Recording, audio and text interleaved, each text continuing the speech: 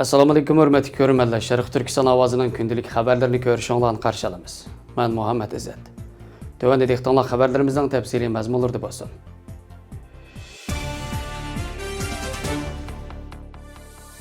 Tayvan vaqt kezdi Xitoyning qatlamga uchrayotgan Uyg'urlar cho'ng qirg'inchiligini xotirlagan temali xabar e'lon qildi. 27 yanvar kuni Birlashgan Davlatlar Tashkiloti umumiy kengash tarafidan 6 million Yahudi va natsizmning ziyonkashligiga uchragan boshqa kishilarning xotirasini hurmatlash kuni qilib bekitilgan. Bu kun yana Polshaning Oswiecim bozoriga yaqin 3 lagerdan tarkib topgan Oswiecim Birkenovning ozod qilinganlik kuniga to'g'ri kelgan bo'lib, bu yerda 1 million 100 ming odam tabiiy gaz uyi yoki majburiy emgak orqali o'ldirilgan. Sharq Turkiston surgun hukumatining bosh ministri Salih Xudoyer, Sharq Turkiston va uning xalqiga vakolatan cho'ng qirg'inchilikni xotirlash kunida Yahudi qarindoshlarimizga ta'ziyamizni bildiramiz dedi. Amerika Davlat ishlar mahkamasi oldin hafta Xitoy hukumatining Sharq Turkistondagi Uyg'ur va boshqa musulmonlarni asos qilgan zamin egasi bo'lgan millatlarni keng ko'lamda bostirish orqali irqiy qirg'inchilik va insoniyatga qarshi jinoyat sodir qilganligini e'lon qildi. Xabarda Pompeoning so'zi naql qilinganda Sharq Turkiston o'zining ismi bilan atilib, Xitoy ishg'oliyati sababidan o'zgartirilganligi eskartilgan. Irqiy qirg'inchilik xalqaro ahdnomasiga asosan milliy, etnik, irq yoki diniy to'plamni butunlay yoki qisman yo'qotish niyatini ko'rsatganligini eskartgandan keyin Salih Xudoyerning Xitoy Kompartiyasi dal bugungi natsistlar. Ular 21-asrdagi cho'ng qirg'inchilik o'xshash irqiy qirg'inchilik bilan shug'ullanib, Sharq Turkistondagi Uyg'ur va boshqa turk xalqlariga qarshi qatlamay beryotdi. Dunyo Xitoyning insoniyatga qilgan vahshiylikka qarshi harakat qilganda adolat o'z kuchini joriy qilib, insoniyat g'alaba qiladi degan so'zlarni naql qilgan.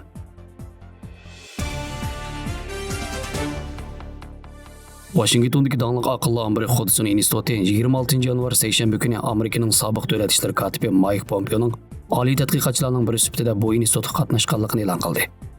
Shuning bilan bir vaqtda Amerika Tashqi ishlar ministrligining Osiyo Tinch okean ishlar yordamchisi Tashqi ishlar ministri David Stilwell Amerikaning yana bir aqlli amirining hay'ati bo'lgan.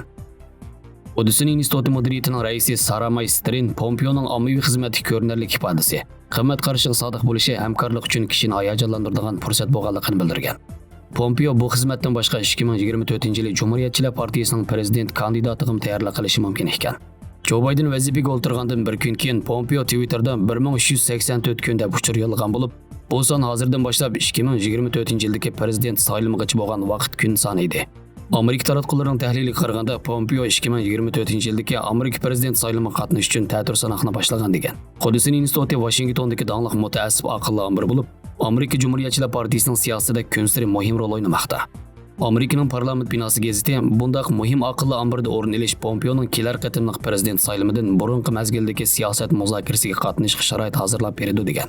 Pompeo, Stovell, O'Brien va sobiq Trump hukumatining boshqa 25 amaldorlari yangi prezident Joe Bidenning vazifaga o'ltirishdan bir necha minut ilgari Xitoy tarafidan ularning oila tavobatlarini qo'shib birlikda Xitoyga, Hong Kong va Omanga kirishini cheklash, ular bilan munosabatli shirkat organlarining Xitoy bilan aloqa qilish va savdo qilishini cheklash degandek amaliyotga uyg'un bo'lmagan jazoga uchragan. Xitoy taratqullarining xabari qaraganda Xitoyning sobiq Trump hukumatining amaldorlarini jazolash muddaosi bo'lsa, ularni keyingi kunlarda Washington siyosiy sahnasidan yo'qotish ekanligini, hatto ularning oila tavobatlarining kelgusi xizmat istiqbolini uzib tashlash, shundaqla ularga Xitoy Kompartiyasining ayvisini ko'rsatish ekanligini bildirgan. Pompeo chorshanba kuni Twitterda 1-fevral kuni Hudson institutiga rasmiy qatnashganligidan intayin xushal bo'lganligini, Amerikaning rahbarlik va dunyoning ishtirok qilishini ilgari surish vazifasini ilgari surishda aktiv rol o'ynaydiganligini bildirgan.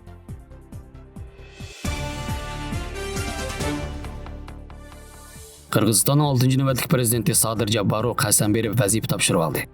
Qirg'izistonda 10 yanvar o'tkazilgan prezidentlik saylovida 79.21% ovozga erishib prezidentlik saylangan Sadir Japarov uchun Bishkekda uyushtirilgan qasam berib vazifa topshirib olish murosimiga mingdan ortiq kishi qatnashgan. Sadir Japarov murosimda Markaziy saylov komitetining boshlig'i Nurjan Shaildabekovindan prezidentlik guvohnomasini topshirib olgan va o'ng qo'lini asos qonunga qo'yib qasam qilgan. O 2020-yil 5-oktyabr yuz bergan namoyishlarning parlament saylovining natijasini va prezident bilan hukumatning iste'fosini maydonga keltirganligini bildirib, qalaymaqonchilik va qonunsizlikning bo'sug'isiga kelib qolgan davlatda milliy ittifoqlik va tinchlikni qo'g'dash uchun xalq bilan mas'uliyatni ustiga olganligini, muqim vaziyatni muvaffaqiyat bilan qozonganligini, ko'p taraflimlik tashqi siyosat yurgizganligini ta'kidlab, O'rta Osiyo davlatlarini o'z ichiga olgan holda Xitoy, Amerika va Yevropa ittifoqi davlatlari bilan hamkorlik uchun tirishchanlik ko'rsatganliklarini qayd qildi.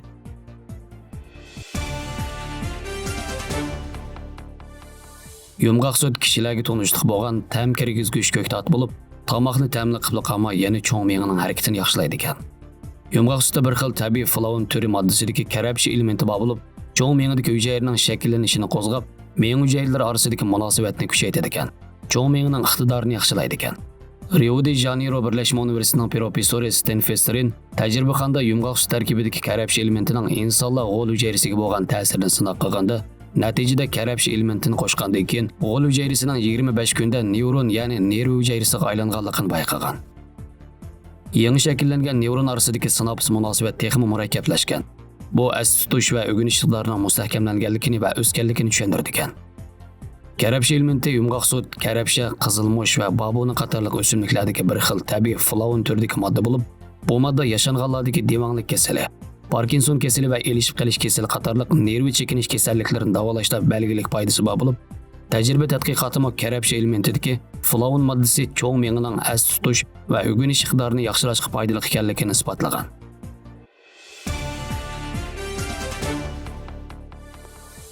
Xabarlarimizni ko'rganingizga rahmat. Ko'rishguncha omon bo'linglar. Xayr xo'sh, Allohga omonat.